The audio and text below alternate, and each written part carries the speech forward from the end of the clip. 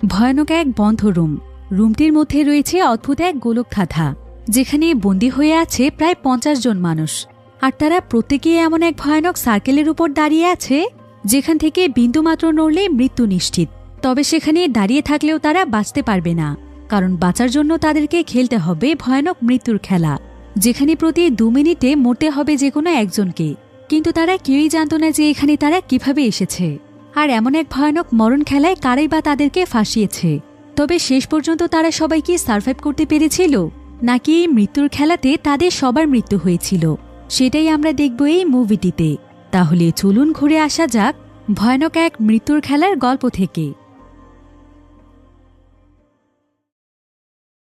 তো গল্পটি শুরু হয় অদ্ভুত একটি রুমের ভেতর, যেখানকার প্রায় সমস্ত জায়গাতে অনেকগুলো সার্কেল তৈরি করা আছে, আর সেই প্রত্যেকটি সার্কেলে একজন করে মানুষ রয়েছে। এখানে মোট 50 জন মানুষ ছিল, আর তারা প্রত্যেকেই এখানে অজ্ঞান অবস্থায় দাঁড়িয়ে রয়েছে। তবে কিছুক্ষণ পরেই হঠাৎ করে একজন মহিলার জ্ঞান ফিরে আসে, আর সে নিজেকে এই অদ্ভুত রুমের মধ্যে বন্দী অবস্থায় দেখতে পায়। কিন্তু সে বুঝতে পারছিল না যে সে এখানে কিভাবে এসেছে। সে তখন তার পাশে থাকা মানুষদেরকে ডাকতে শুরু করে, কিন্তু তারা কেউই তার ডাকে সাড়া দিচ্ছিল না। এতে সে অনেক বেশি ভয় পেয়ে যায়, আর সে সেখানে জোরে জোরে চিৎকার করতে থাকে। কিন্তু এতেও কোনো লাভ না হলে সে যখন তার সার্কেল থেকে বেরিয়ে একটু সামনের দিকে যায়, ঠিক তখনই সেখানে বাজার বেজে লাইট জ্বলে ওঠে। এরপর সে আবারও সেই সার্কেল থেকে বাহিরে আসার চেষ্টা করে, আর সঙ্গে সঙ্গে আবারও বাজার বেজে ওঠে। সে এতে বুঝতে পারে যে এই সার্কেল থেকে বের হলে হয়তো কোনো বিপদ হতে পারে, তাই সে তার পাশে থাকা একজনের জ্ঞান ফিরিয়ে আনার জন্য তাকে স্পর্শ করে। ফলে আবারও সেখানে বাজার বেজে ওঠে। এদিকে মেয়েটি এখানে বুঝতে পারে যে এখানে হয়তো কাউকে স্পর্শ করাও যাবে না, আর বাজারের শব্দে এক এক করে তাদের প্রত্যেকেরই জ্ঞান ফিরে আসতে থাকে। এদিকে সেই মেয়েটির অপর প্রান্তে একটি ছেলে দাঁড়িয়েছিল। সেই ছেলেটি এখানে তাকে বলে, তুমি দয়া করে তোমার সার্কেলের মধ্যে চুপচাপ দাঁড়িয়ে থাকো, একদমই নড়াচড়া করো না, তারা আমাদেরকে দেখতে পাচ্ছে। মেয়েটি বলে যে কারা দেখতে পাচ্ছে, কিন্তু ছেলেটি আর তার কোনো প্রশ্নের উত্তরই দেয় না। এরপর তারা সবাই রুমের মাঝখানে ডোমের মতো আরো একটি সার্কেল দেখতে পায়, কিন্তু তারা কেউই বুঝতে পারে না যে এটা আসলে কি।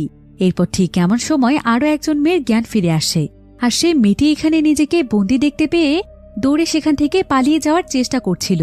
কিন্তু যখনই সে সার্কেলের বাহিরে চলে যায়, ঠিক তখনই রুমের মাঝখানে যে ডোমটি ছিল, সেই ডোমটি মেয়েটিকে অনেক জোরে একটি ইলেকট্রিক শক দেয়, আর মেয়েটি সঙ্গে সঙ্গে সেখানে মারা যায়।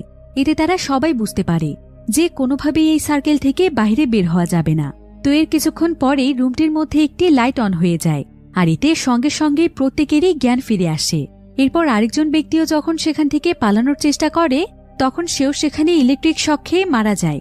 তাই সেই মেয়েটিকে যেই ছেলেটি সাবধান করেছিল, সে এখানে বাকি সবাইকেও সাবধান করে দেয়। সে সবাইকে তাদের জায়গাতে চুপচাপ দাঁড়িয়ে থাকতে বলে। এখানে আবার একজন পুলিশ অফিসার ছিল, তাই সঙ্গে সঙ্গে সে এখানে তার কাছে থাকা বন্দুকটি খুঁজছিল। এদিকে সেই ছেলেটি এখানে সবাইকে বলে যে তারা যেন ভুল করেও কেউ কারো গায়ে স্পর্শ না করে, চুপচাপ যেন নিজেদের জায়গাতে দাঁড়িয়ে থাকে।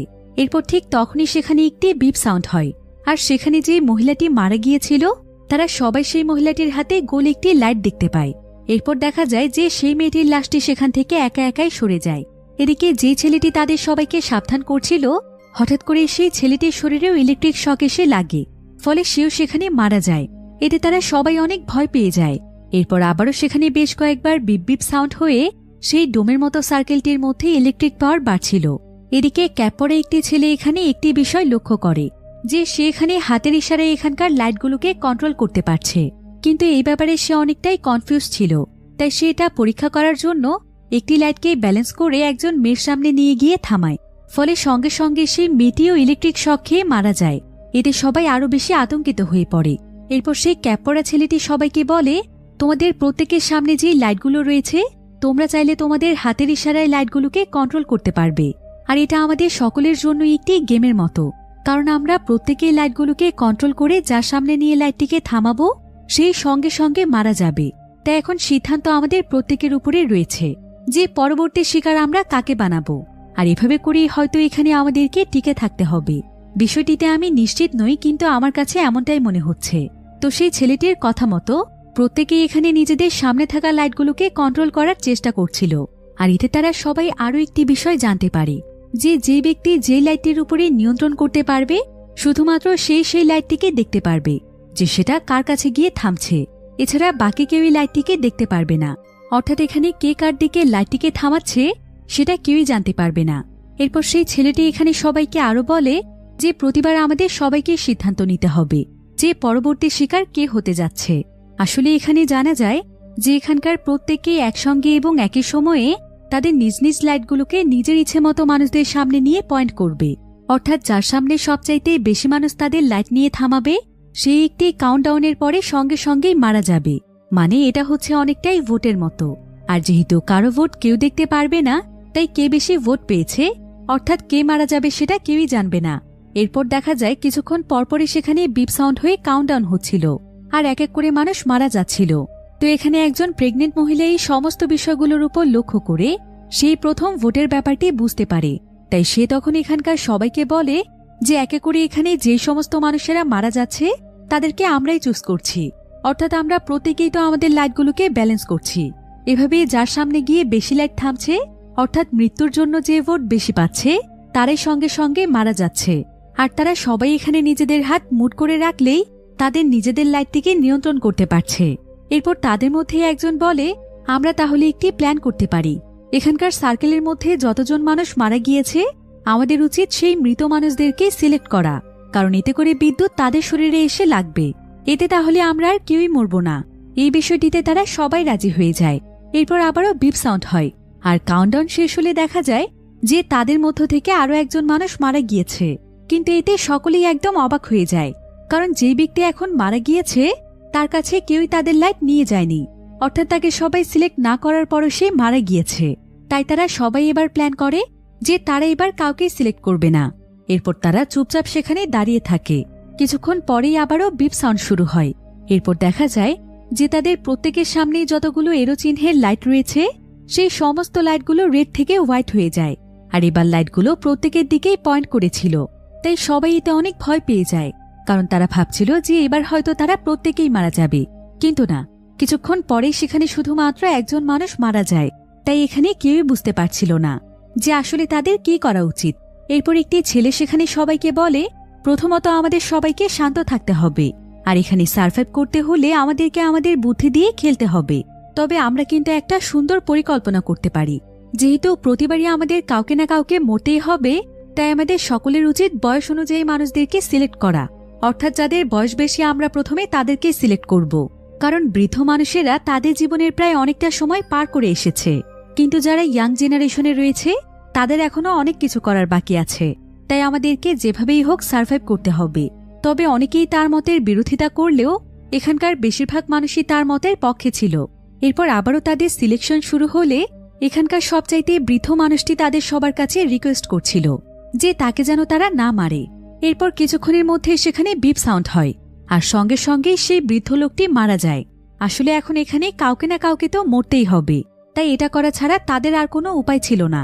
তো তাদের মধ্যে সেখানে একজন সোলজার ছিল, তাই সবাই ভাবছিল সে হয়তো এই জায়গার ব্যাপারে কিছু জানে। কিন্তু সোলজারকে যখন তারা এই ব্যাপারে প্রশ্ন করে তখন সে বলে যে সে নিজেই তো এই জায়গাতে ফেসে গিয়েছে, সে কি করে জানবে।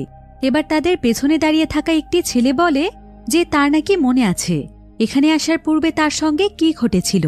সে এখানে বলে আমি আসলে রাস্তার মধ্যে ট্রাফিক জ্যামে ফেসেছিলাম, কিন্তু হঠাৎ করে আমার চারিপাশে সবকিছু কেমন যেন অন্ধকার হয়ে যায়, আর এর পরেই আমি চোখ খুলে দেখতে পাই যে আমি এখানে রয়েছি। একথা শুনে এখানে অনেকেই বলে যে তাদের সঙ্গেও নাকি ঠিক এমনটাই ঘটেছে। এরপর আবারও সেখানে বিপ সাউন্ড স্টার্ট হলে সবাই মিলে সঙ্গে সঙ্গেই ভোট দিতে থাকে এবং এখানে আরও একজন বৃদ্ধ লোক মারা যায়। এবার বিপ সাউন্ড স্টপ হলে সেই ছেলেটি আরও বলে যে তারপর নাকি সে নিজেকে একটি স্পেসশিপের মধ্যে দেখতে পেয়েছিল। এরপর সে নিজেকে আরও একটি লাল রঙের রুমের মধ্যে দেখতে পায় যেখানে প্রচুর মানুষের লাশ পড়েছিল। কিন্তু এখন আমার কাছে মনে হচ্ছে সেগুলো হয়তো কোনো লাশ ছিল না, বরং তারাও হয়তো আমাদের মতো এই গেমে ফেসে গিয়েছে আর সেখানে হয়তো তারা অজ্ঞান অবস্থায় পড়েছিল। তবে এখনো তারা কেউই এটা বুঝতে পারছিল না যে তাদেরকে আসলে এখানে কারা এবং কেন নিয়ে এসেছে। এরপর আবারও সেখানে বিপ সাউন্ড স্টার্ট হয়, তাই তারা সবাই মিলে তখন এক এক করে সেখানকার বয়স্ক লোকদেরকে ভোট দিতে থাকে। এভাবে করে পরপর প্রায় 4 জন বয়স্ক মানুষ মারা যায়। আর এরপরেই তাদের সবার চোখ পড়ে একজন টুপিওয়ালা মহিলার উপর, কারণ তাকেই সবচাইতে বয়স্ক মনে হচ্ছিল। কিন্তু মহিলাটি জানায় যে তার এখন মাত্র 42 বছর বয়স চলছে, তবে তার ক্যান্সার হয়েছে আর ক্যান্সারের ট্রিটমেন্টের জন্যই তাকে তার বয়সের তুলনায় বেশি বড় দেখায়। কিন্তু একথা শুনে নীল জ্যাকেট পরা সেই ছেলেটি বলে, আমার মতে তো আমাদেরকে প্রথমে এই মহিলাকেই ভোট করা উচিত, কারণ তার তো ক্যান্সার হয়েছে, সে তো এমনিতেই বেশি দিন বাঁচবে না, তাই তাকেই ভোট দেওয়াটা সঠিক হবে। কিন্তু সেখানে থাকা একজন ডক্টর বলে, তার ক্যান্সার হয়েছে বলেই যে সে তাড়াতাড়ি মারা যাবে এমনটা নয়, কারণ ক্যান্সার হওয়ার পরও অনেক মানুষ বহুদিন বেঁচে থাকে। কিন্তু তারপরও সেই ছেলেটি সকলকে সেই মহিলাকে ভোট দিতে বলছিল। এমনকি কেউ যখন সেই মহিলাকে ভোট দিতে রাজি হচ্ছিল না, তখন সেই ছেলেটি সেই মহিলাটিকে নিয়ে অনেক বাজে কথা বলছিল। সে বলছিল যে সেই মহিলার বয়স নাকি 60 বছরের উপরে হবে, কিন্তু সে বাঁচার জন্য মিথ্যে বলছে। এতে সেই মহিলাটি খুবই কষ্ট পায়, আর ছেলেটির এমন ব্যবহারে সকলেই তার উপর অনেক রেগে যায়। ফলে তারা সবাই মিলে তখন সেই ছেলেকেই ভোট করে মেরে ফেলে। এবার সেই ক্যান্সারে আক্রান্ত মহিলা এখানে বলে যে এভাবে তাদের একে অপরের প্রতি ক্ষোভ রাখাটা একদমই ঠিক হচ্ছে না, বরং বাঁচতে হলে তাদেরকে এটা খুঁজে বের করতে হবে যে আসলে তাদেরকে কারে এবং কেন এখানে নিয়ে এসেছে, আর তাদের সকলের মধ্যে কি কি জিনিস কমন, যার কারণে শুধুমাত্র তাদেরকে এই জায়গাতে নিয়ে আসা হয়েছে। তাই এই বিষয়টি জানতে হলে আমাদেরকে আমাদের প্রত্যেকের ব্যাপারে সবকিছু জানতে হবে। এরপর সেখানে বেত নামক একজন মহিলা তার ব্যাপারে বলতে শুরু করে, কিন্তু সে নিজের সম্পর্কে কোনো কিছু বলার আগে সেখানে একটি বিপ সাউন্ড হওয়ার পর সেও সেখানে মারা যায়। এতে তারা সবাই বুঝতে পারে যে এটাও হয়তো এই গেমের রুলসের মধ্যে একটি রুলস, যে তারা কেউ কারো সম্পর্কে কোনো কিছুই বলতে পারবে না। তবে এর কিছুক্ষণ পরেই ক্র্যাক নামক একজন ব্যক্তি বলে, আমার পাশে যেই মহিলাটি দাঁড়িয়ে রয়েছে সে আমার ওয়াইফ। একথা শুনে আরেকজন ব্যক্তি বলে, এখানে কি তাদের মতো আরও এমন কেউ রয়েছেন যাদের কিনা একে অপরের সঙ্গে সম্পর্ক রয়েছে? এরপর একজন ব্যক্তি বলে যে আমি এখানে থাকা ডক্টরকে চিনি। এবার সেখানে আরও একজন মানুষের কাছে তার সম্পর্কে জানতে চাওয়া হয়, তাই তার ভাষা কেউই বুঝতে পারছিল না। তখন আরেকজন ব্যক্তি বলে যে সে স্প্যানিশ ভাষা জানে, সেই স্প্যানিশ লোকটির সমস্ত কথা সকলের জন্য ইংলিশে ট্রান্সলেট করে দেবে। এরপর জানা যায় যে সেই ব্যক্তি মেক্সিকোতে থাকে, তার 2টো সন্তান রয়েছে, আর সে নাকি মেক্সিকোতে নাগরিকত্ব ছাড়া ইলিগেলভাবে বসবাস করছে। এরপর সেখানকার একজন পুলিশ অফিসার বলে যে সে এখানে রন নামক একজন ব্যক্তিকে চেনে, যে কিনা একজন গ্যাংস্টার। সবাই জানতে চায় যে সে রনকে কিভাবে চেনে। পুলিশ অফিসারটি তখন জানায় যে কিছুদিন আগেই রনকে সে গ্রেফতার করেছিল, কারণ রন তার গার্লফ্রেন্ডকে এতটাই জঘন্যভাবে মেরেছিল যে তার উপর কেস হয়ে গিয়েছিল। তারা জানতে চায় যে রন এমন কাজ কেন করেছে, কিন্তু রন এখানে উল্টো সেই পুলিশ অফিসারকে গালাগাল দিচ্ছিল, এমনকি সে সেই পুলিশ অফিসারেরও দোষ বের করার চেষ্টা করছিল। আসলে এখন এখানকার সবাই প্রত্যেকের ভেতরে থাকা কোনো না কোনো ভুল বের করার চেষ্টা করছে, যাতে করে পরবর্তীতে তার দোষ অনুযায়ী তাকে ভোট দিয়ে মেরে ফেলা যায়। এখন এখানে রনের সেই পুলিশ অফিসারের সঙ্গে ঝগড়া শুরু হয়ে যায়, আর এক পর্যায়ে রন বলে যে সে তার গার্লফ্রেন্ডকে মেরেছে, বেশ করেছে, এমনকি সে এখান থেকে যেতে পারলে তাকে আবারও মারবে। এখন কথা শুনে সবাই বুঝে যায় যে রন আসলে কোনো ভালো মানুষ নয়। তাই আবারও যখন বিপ সাউন্ড হয় তখন তারা সবাই রনকে ভোট দিয়ে মেরে ফেলে। এভাবে আস্তে আস্তে তাদের মধ্যে অনেক মানুষই মারা যায়। এরপর জয়া নামক একটি মেয়ে বলে, এখন আমাদের কাছে ভোট করার মতো তেমন কোনো মানুষ নেই, আর আমরা চাইলেই তো এখন আমাদের মধ্য থেকে যে কোনো মানুষকে ভোট দিয়ে মারতে পারি না। তাই এবার ভোট করার জন্য আমাদের প্রত্যেককেই কোনো না কোনোভাবে জানতে হবে যে আমাদের ভেতরে কোন মানুষটি খারাপ আর কোন মানুষটি ভালো, কার বেঁচে থাকার অধিকার রয়েছে। জনি নামক একজন ব্যক্তি জয়ার সঙ্গে একমত হয়, কিন্তু তারা এটা বুঝতে পারছিল না যে তারা কিভাবে বুঝবে যে কোন মানুষটি ভালো আর কোন মানুষটি খারাপ। এবার আবারও সেখানে বিপ সাউন্ড স্টার্ট হলে কিছুক্ষণ পরেই দেখা যায় যে তাদের মধ্যে থাকা একজন মুসলিম মহিলা মারা যায়, কারণ এখানে সবাই খ্রিস্টান ছিল, তাই ধর্মের উপর বিচার করে তারা সেই মহিলাকে মেরে ফেলেছে। আর এর পরেই আরেকজন ব্যক্তি সেখানে বলে যে আমরা মানুষের মনের ভালো খারাপ তো দেখতে পাচ্ছি না, তাই এখন আমাদের উচিত কালো মানুষদেরকে টার্গেট করা। কিন্তু অনেকেই বলে যে বাঁচার জন্য মাঝখানে ধর্মবর্ণ টেনে আনা ঠিক নয়, তবে এছাড়া তাদের কাছে আর কোনো উপায় নেই, কারণ কাউকে না কাউকে তো মরতেই হবে। তাই সেখানে থাকা স্প্যানিশ লোকটি বলে, ঠিক আছে, আমরা তোমাদের নিয়মই মেনে নিচ্ছি, কিন্তু এখন পর্যন্ত এখানে যতজন মানুষের মৃত্যু হয়েছে তাদের মধ্যে বেশিরভাগ মানুষই ছিল কালো, তাই এখন আমরা ভোট করব ফর্সা মানুষদেরকে, তারপর কালো। কিন্তু একথা শুনে সেখানে থাকা সেই পুলিশ অফিসার অনেক রেগে যায়, আর সে এখানে কালো মানুষদেরকে নিয়ে অনেক আজে বাজে কথা বলে। সে বলে যে কালোর চাইতে ফর্সা মানুষই দেখতে সুন্দর বেশি, তাই কালো মানুষদেরকেই আগে মারা হোক। এখন পুলিশ অফিসারের একথা শুনে সবাই এখানে বুঝতে পারে যে পুলিশ অফিসার আসলে কতটা ছোট মনের মানুষ, আর সে কালো মানুষদেরকে কতটা নিচু চোখে দেখে। তাই তারা সবাই মিলে তখন সেই পুলিশ অফিসারকে ভোট করে মেরে ফেলে। এরপর সেখানে থাকা সোলজার বলে, এভাবে মানুষের কথার উপর ভিত্তি করে তাদের ভেতরটাকে যাচ করা ঠিক নয়, আর এই সামান্য কারণগুলোতে কোনো মানুষের জীবন নেওয়া কি ঠিক হচ্ছে? আমরা যেটা করছি সেটাই ঠিক হচ্ছে। কারণ আমরা যদি মানুষের কথার উপর ভিত্তি করে তাদেরকে জাজ না করি, তাহলে আমরা কাকেই বা ভোট করব। এরপর সেখানে থাকা একজন মহিলা বলে, আমার কাছে একটা আইডিয়া আছে। আচ্ছা, আমরা যদি আমাদের নিজেদেরকে ভোট করি, তাহলে হয়তো আমরা কেউই মরব না। তার এই কথার সঙ্গে সবাই একমত হয়।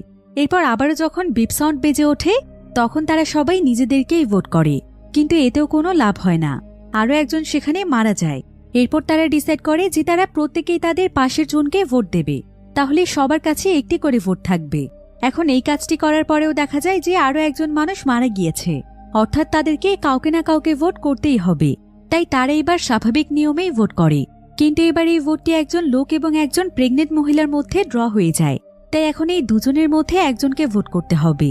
তাই সবাই মিলে সেই লোকটিকেই ভোট করে মেরে ফেলে, কারণ সেই প্রেগনেন্ট মহিলাটির উপর সকলেরই মায়া হচ্ছিল। তাই একজন ব্যক্তি তখন সেখানে বলে, আমার কাছে মনে হচ্ছে এভাবে চলতে থাকলে আমরা সবাই মারা যাব। শুধুমাত্র এই প্রেগনেন্ট মহিলা এবং এই ছোট্ট বাচ্চাটি বেঁচে থাকবে, কারণ কোনো না কোনোভাবে আমাদের মনে তাদের প্রতি সিম্প্যাথি রয়েছে। একথা শুনে এখানে বেশ কয়েকজন বলে, আমাদের উচিত প্রথমে তাদের দুজনকেই মেরে ফেলা, তাহলে হয়তো আমাদের জীবিত থাকার চান্স বেড়ে যাবে। তা না হলে তাদের প্রতি সিম্প্যাথির কারণে আমাদের ভোট দিতেও সমস্যা হতে পারে। কিন্তু এখানকার বেশিরভাগ মানুষই চাইছিল যাতে করে এই প্রেগনেন্ট মহিলাকে অন্তত ভোট দেয়া না হয়, কারণ তার মধ্যে আরও একটি প্রাণ রয়েছে। তাই আবারও সেখানে বিপ সাউন্ড শুরু হলে এবার ভোটটি ড্র হয়ে যায় সেই ছোট্ট বাচ্চা এবং একজন বয়স্ক মহিলার মধ্যে। এখন কেউই বুঝতে পারছিল না যে পরবর্তী ভোট তারা কাকে করবে। তখন তাদের মধ্যে একজন সবাইকে বলে, ভোট করার মতো এখন আমাদের কাছে কোনো অপশন নেই। তাই আমাদের মধ্যে কি এমন কেউ আছেন যারা কিনা অন্যদের জীবন বাঁচানোর জন্য নিজেদের জীবন স্বেচ্ছায় বিসর্জন দিতে চায়? একথা শুনে এক এক করে সেখানকার প্রায় 3 জন মানুষ স্বেচ্ছায় নিজেদের জীবন দিয়ে দিতে প্রস্তুত হয়ে যায়। তাই সেই 3 জনকেও ভোট করে মেরে ফেলা হয়। এরপর সেখানে যেই সোলজার ছিল, সবাই মিলে তখন সেই সোলজারকে ফোর্স করতে থাকে যাতে করে সেও তাদের সকলের জন্য নিজের জীবন বিসর্জন দেয়, কারণ সোলজারদের কাজে তো হচ্ছে মানুষের উপকার করা। কিন্তু সেই সোলজার এখানে তাদেরকে বলে যে সে অবশ্যই নিজের জীবন দিতেও প্রস্তুত থাকত, যদি সময়টা অন্য কোনো সময় হতো, কারণ কিছুদিনের মধ্যেই পৃথিবীতে তার সন্তান আসতে চলেছে। তাই সে শুধুমাত্র একবার তার সন্তানকে দেখতে চায়, তাহলে তার জীবনে আর কোনো আফসোস থাকবে না। তার বিয়ের প্রায় 7 বছর পর তার সন্তান আসতে চলেছে, তাই সে সন্তানের মুখ না দেখে সে কিভাবে মরতে পারে? এসব কথা বলতে বলতে সে অনেক ইমোশনাল হয়ে যায়। এমনকি তার কথা শুনে বাকিদেরও অনেক খারাপ লাগে। এবার এই সমস্ত ঘটনায় একজন ব্যক্তি অনেক বিরক্ত হয়ে গিয়েছিল। তাই সে তখন এখানে বলে, আমার কাছে মনে হচ্ছে এটা কোনো গেম নয়, বরং সৃষ্টিকর্তা হয়তো আমাদেরকে আমাদের কর্মের শাস্তি দিচ্ছে। হয়তো সৃষ্টিকর্তাই আমাদেরকে এখানে নিয়ে এসেছে। কিন্তু ঠিক এমন সময় টম নামক একজন ব্যক্তি বলে, তুমি কি এখনো সৃষ্টিকর্তায় বিশ্বাস করছো? কারণ সৃষ্টিকর্তা বলতে কোনো কিছুই নেই। যদি সৃষ্টিকর্তা থেকেই থাকে তাহলে কি সে এতটা নিষ্ঠুর হতে পারে? আমার কাছে মনে হয় না যে আমাদের কোনো সৃষ্টিকর্তা আছে। আসলে টম ছিল একজন নাস্তিক, তাই সে এখানে সৃষ্টিকর্তাকে নিয়ে অনেক উল্টোপাল্টা কথা বলে। এতে করে বাকিরা তার উপর প্রচণ্ড রেগে যায়, কারণ তারা সবাই সৃষ্টিকর্তার উপর বিশ্বাস করে। এবার পরের বার যখন ভোট হয়, তখন টম এবং আরেকজন মেয়ের মধ্যে ভোটটি ড্র হয়ে যায়। এখন টম এখানে সেই মেয়েটিকে নিয়ে অনেক আজে বাজে কথা বলতে শুরু করে। সে এখানে সকলকে উদ্দেশ্য করে বলে, আমাদের অফিসের বসের সঙ্গে ওর খারাপ সম্পর্ক ছিল। আমি তো একবার বসের সাথে তাকে অনেক আপত্তিকর অবস্থায় দেখে ফেলেছি। যদি সে বসের সঙ্গে সেভাবে থাকতে পারে, তাহলে নিশ্চয়ই আরও কত মানুষের সঙ্গে থেকেছে একবার ভেবে দেখুন। এই মেয়ে কোনো প্রস্টিটিউটের চাইতেও কম নয়, তাই আপনাদের উচিত তাকে ভোট করা। একথা শুনে মেয়েটি সেখানে কাঁদতে শুরু করে। কিন্তু টমের কথা শুনে তারা সবাই বুঝে যায় যে টম আসলে কতটা নিচু প্রকৃতির মানুষ। তাই তারা সবাই এবার টমকেই ভোট দিয়ে মেরে ফেলে। এবার কিছুক্ষণ পরেই বিপ সাউন্ড হওয়ার সময় হয়ে যাবে। তাই এখনই তাদেরকে ডিসাইড করতে হবে যে পরবর্তী ভোট কাকে দেয়া হবে। এরপর জেকব নামক একজন ব্যক্তি বলে, যেহেতু এখন আমাদের কাছে আর কোনো উপায় নেই, তাই আমাদের এখন এমন কিছু মানুষকে ভোট করা উচিত যাদের কোনো সন্তান নেই এবং যাদের উপর অন্যান্য কোনো মানুষের দায়িত্ব নেই। এখন একজন ব্যক্তি এখানে তার পাশে থাকা একজন মহিলাকে বলে, আপনাকে দেখে অনেক ইয়াং মনে হচ্ছে, আমার মনে হয় আপনার কোনো সন্তান নেই। কিন্তু সেই মহিলাটি তাকে বলে, আমার পরিবার আছে আর আমি বিবাহিত, এমনকি আমার 3 বছরের ছোট্ট একটি বাচ্চাও আছে।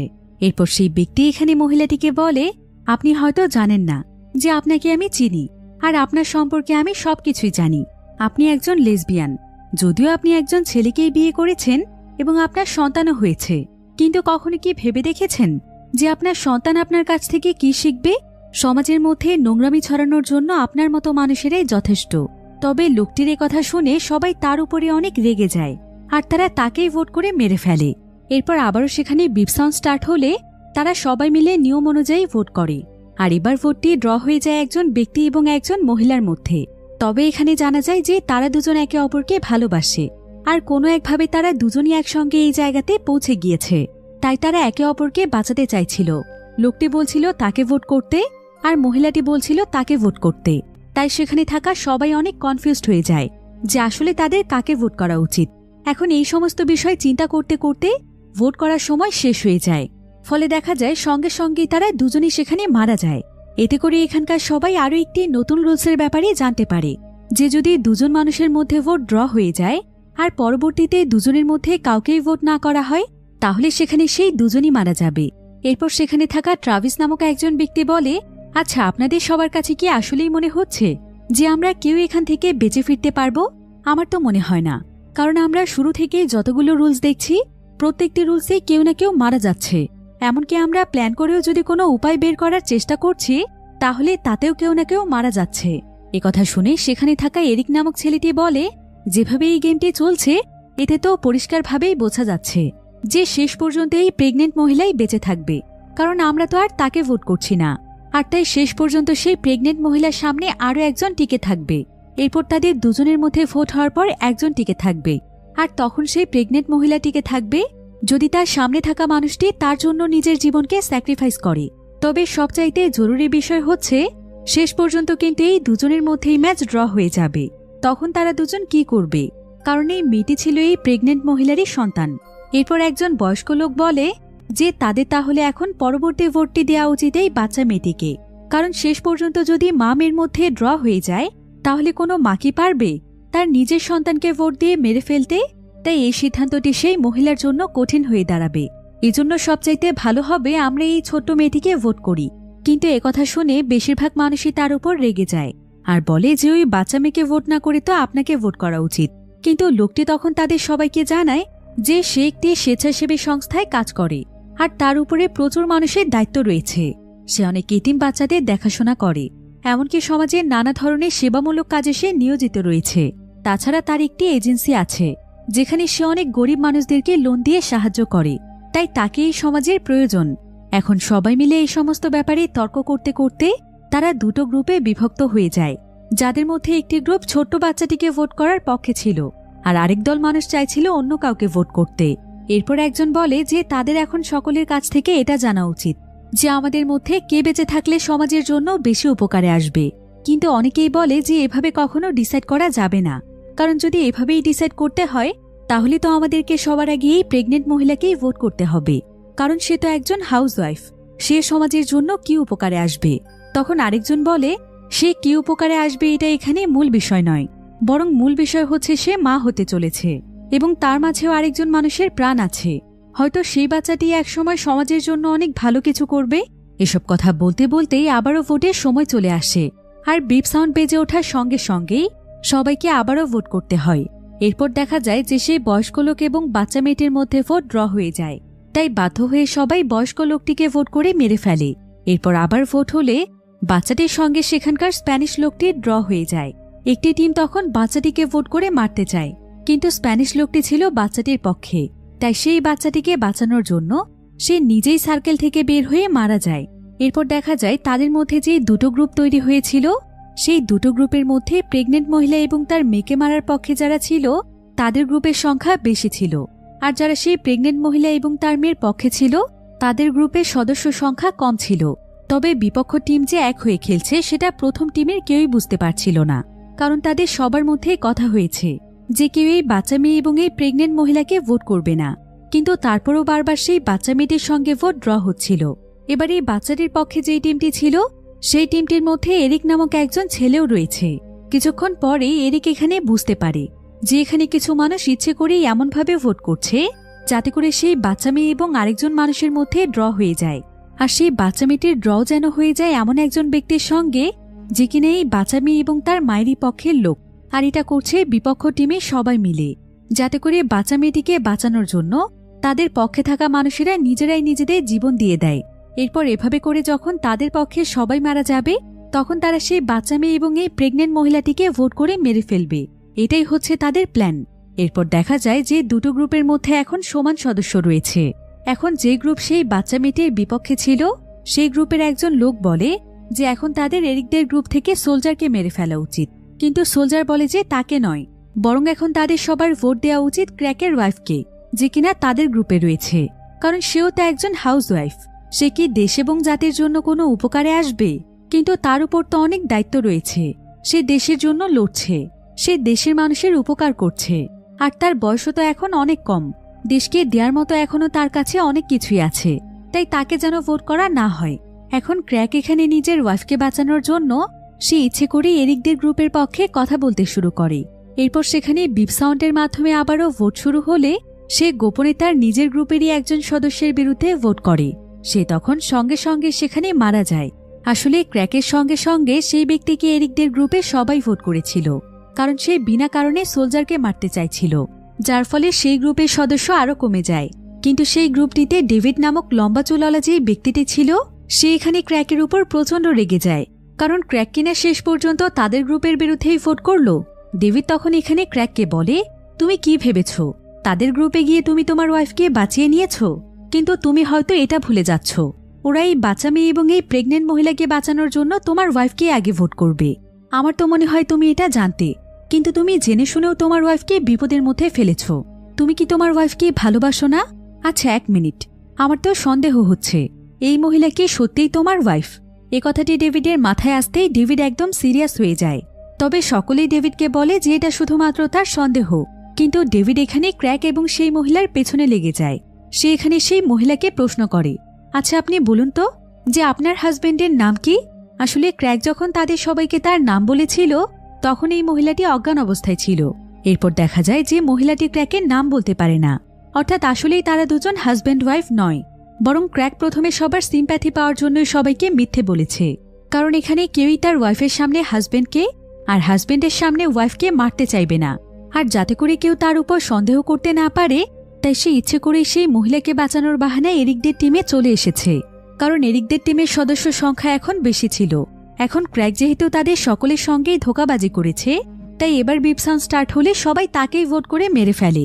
এরপর এখানে তারা সবাই একে অপরের ভুল খুঁজে বের করার চেষ্টা করছিল, কারণ এখন দুটো গ্রুপের সদস্যই সমান হয়ে গিয়েছে, তাই পরবর্তীতে যে কেউই মারা যেতে পারে।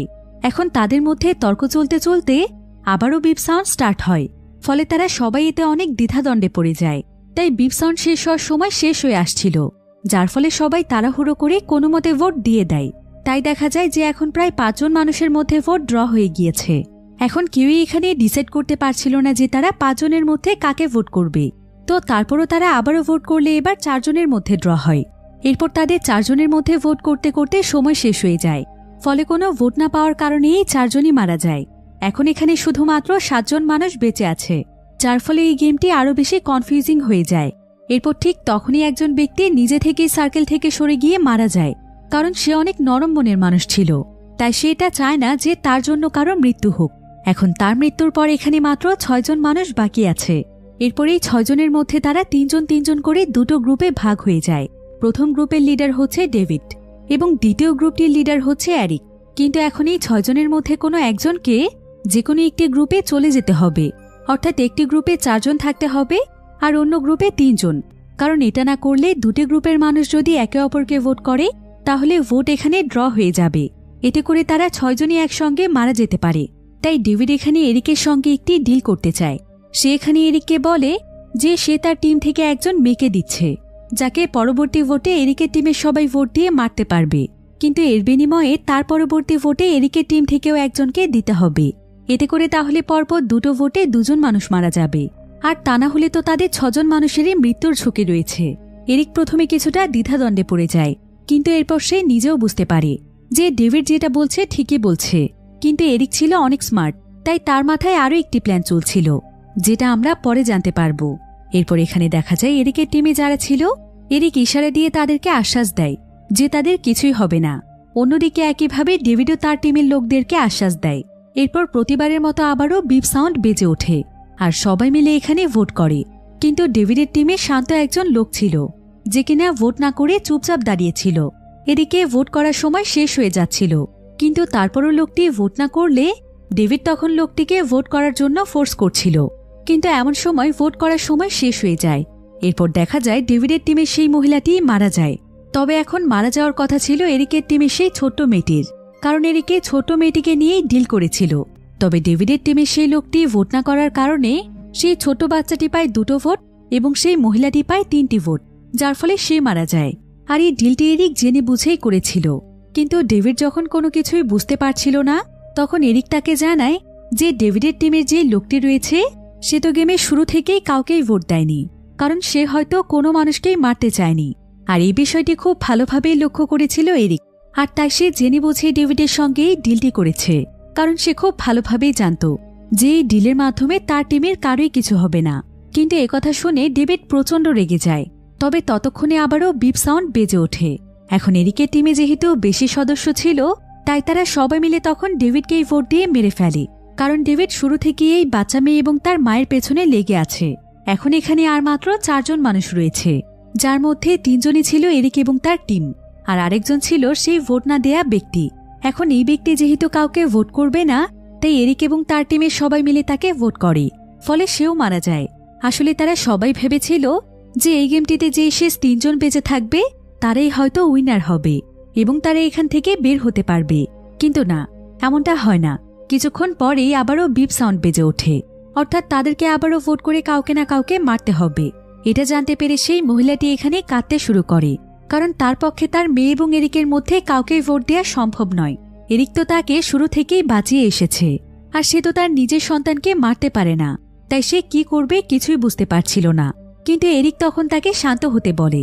এরপর সে মহিলাটিকে আরো বলে যে তার কাছে একটি প্ল্যান রয়েছে। সে এখানে সেই ছোট্ট মেয়েটিকে একটি বিষয় বুঝিয়ে বলে। সে বলে, শোনো, একদমই ভয় পেও না। তোমার মাকে বাঁচাতে হলে আমাদের দুজনকে এখন কিছু একটা করতে হবে। তাই বিপ সাউন্ডটি থেমে যাওয়ার যখন সময় চলে আসবে, বা আমি যখন 1 2 3 বলবো, তখনই তুমি আর আমি একসঙ্গে সার্কেল থেকে লাফ দিয়ে বেরিয়ে যাব। এতে করে তোমার মা বেঁচে যাবে, ঠিক আছে? বাচ্চাটিও এখানে এরিকের কথায় সম্মতি জানায়।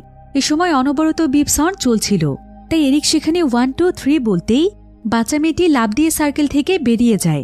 ফলে সেখানেই মেয়েটির মৃত্যু হয়। কিন্তু আশ্চর্যজনকভাবে এরিক বের হয় না, সে সার্কেলের মধ্যেই থাকে। এমনকি বিপ সাউন্ডটি স্টপ হওয়ার ঠিক আগ মুহূর্তে সে নিজেই সেই প্রেগনেন্ট মহিলাটিকে ভোট করে দেয়। ফলে সেই মহিলাটি সঙ্গে সঙ্গেই মারা যায়। অর্থাৎ শেষ পর্যন্ত এরিক এই গেমের উইনার হয়। আর এখানে জানা যায় সেই জায়গাতে আসার প্রথম দিকেই বুঝতে পেরেছিল যে এটি একটি গেম, আর এখানে লাস্ট পর্যন্ত তাকে সার্ভাইভ করতে হবে, যাতে করে তাকে ভোট করার মতো কেউ না থাকে। তবেই হয়তো সে এখান থেকে বাঁচতে পারবে। তাই সে তখন থেকেই এখানকার প্রত্যেকটি মানুষের কার্যকলাপের দিকে লক্ষ্য করছিল।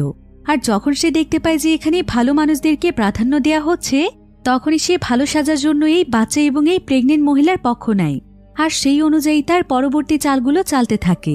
এমনকি গেমের শুরুর দিকে সে সবাইকে যেই কাহিনী শুনিয়েছিল যে সে তার জ্ঞান ফিরে পাওয়ার পর অনেকগুলো মানুষের লাশ দেখতে পেয়েছে, সেই সমস্ত কথা আসলে সে বানিয়ে বানিয়ে বলেছে, যাতে করে সবাই মনে করে যে এরিক এই গেমের ব্যাপারে হয়তো কিছু জানে, আর তার কাছ থেকে হয়তো এই গেমের ব্যাপারে কোনো তথ্য পাওয়া যাবে।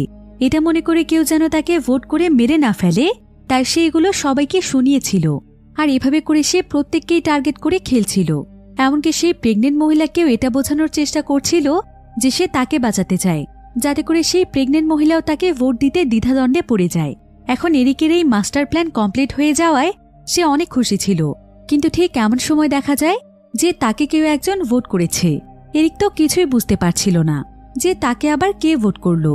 এরপর এরিক সামনে তাকিয়ে দেখতে পায় যে তাকে আসলে ভোট করেছে সেই প্রেগনেন্ট মহিলার গর্ভে থাকা সন্তান। এখন তাকে বাঁচতে হলে এই বাচ্চাটিকেও মারতে হবে। তাই সে সঙ্গে সঙ্গে সেই বাচ্চাটিকেও ভোট করে দেয়, আর সেখানেই সে জ্ঞান হারিয়ে ফেলে। এরপর যখন তার জ্ঞান ফিরে আসে, তখন সে নিজেকে একটি জায়গাতে অজ্ঞান অবস্থায় পড়ে থাকতে দেখে। সে দেখতে পায় যে সে বাহিরের কোনো এক জায়গায় পড়ে আছে। এরপর যখনই সে সামনে তাকায়, তখনই সে তার সামনে বিশাল বড় একটি স্পেসশিপ দেখতে পায়। আর এই স্পেসশিপ থেকেই তাকে এখানে নামিয়ে দেওয়া হয়েছে। কিন্তু এরিক বুঝতে পারছিল না যে এই গেমটি আসলে কারা আয়োজন করেছিল, কোনো বিজ্ঞানীরা নাকি পৃথিবীর বাহিরে থাকা এলিয়েনরা। এরপর এরিক এসব চিন্তা তার মাথা থেকে ঝেড়ে ফেলে, কারণ সে যে এখনো বেঁচে আছে এটাই অনেক। তাই সে সেখানে থাকা একটি টানেল দিয়ে বাহিরে চলে যায়। কিন্তু যখনই সে টানেল পার হয়ে একটি জায়গাতে আসে, তখন সে দেখতে পায় যে সেখানে তার মতো আরো অনেক মানুষেরা দাঁড়িয়ে আছে। যাদেরকে স্পেসশিপ থেকে নামিয়ে দেয়া হয়েছে। আসলে এরাও ছিল এরিকের মতো এই গেমের উইনার, যারা কিনা শেষ পর্যন্ত সার্ভাইভ করতে পেরেছে। তাই তাদেরকে পৃথিবীতে পৌঁছে দেয়া হয়েছে। আর এর মাধ্যমে গল্পটি এখানেই শেষ হয়ে যায়। যদিও গল্পটি কিছুটা অদ্ভুত, কিন্তু গল্পটিতে কিছু বিষয় খুব সুন্দরভাবে বোঝানো হয়েছে। সেটা হলো, আমাদের এই সমাজে নানা রকমের মানুষ রয়েছে। তাদের মধ্যে কেউ ভালো আবার কেউ মন্দ। কিন্তু যখন মানুষের জীবন নিয়ে টানাটানি শুরু হয়ে যায়, তখন মানুষ তার স্বার্থের জন্য অন্য আরেকজন মানুষকে নানাভাবে ছোট করতে চায়। নিজে বাঁচার জন্য অন্যের ছোটখাটো জিনিসেরও ভুল ধরতে থাকে। এমনকি যেসব জিনিসে কোনো দোষ নেই, সেই জিনিসগুলোর মাধ্যমেও মানুষকে দোষী প্রমাণ করার চেষ্টা করে। মানুষের মাঝখানে ধর্ম, বর্ণ, এমনকি কালো এবং ফর্সা গায়ের রং নিয়েও ভেদাভেদ তৈরি করে। যদিও আমাদের পৃথিবী এখন অনেক আধুনিক, কিন্তু তারপরও এখনও অনেক জায়গায় এই বিষয়গুলো রয়েছে। মানুষের স্বার্থে টান লাগলেই মানুষেরা নিজেরাই নিজেদের মধ্যে ভেদাভেদ তৈরি করতে থাকে। এমনকি আমাদের সমাজে এরিকের মতো কিছু মানুষ রয়েছে, যারা কিনা সামনে থেকে আমাদের সঙ্গে এমন ব্যবহার করে যে সে আমাদের জন্য তার জীবন দিয়ে দিতে পারবে, কিন্তু আসলে তার ভেতরে কোনো না কোনো উদ্দেশ্য থাকে। তাই সেই মানুষটি তখন আমাদের বিশ্বাস ভরসা অর্জন করে আমাদের পেছনেই ছুরি মেরে আমাদের ক্ষতি করে চলে যায়। এই কারণে কোনো মানুষকে সহজে বিশ্বাস করাটা ঠিক নয়। তো গল্পটি কেমন লেগেছে সেটা কমেন্ট করে জানাতে ভুলবেন না। দেখা হবে নতুন কোনো ভিডিওতে। সে পর্যন্ত সকলেই ভালো থাকুন, সুস্থ থাকুন। আল্লাহ হাফিজ।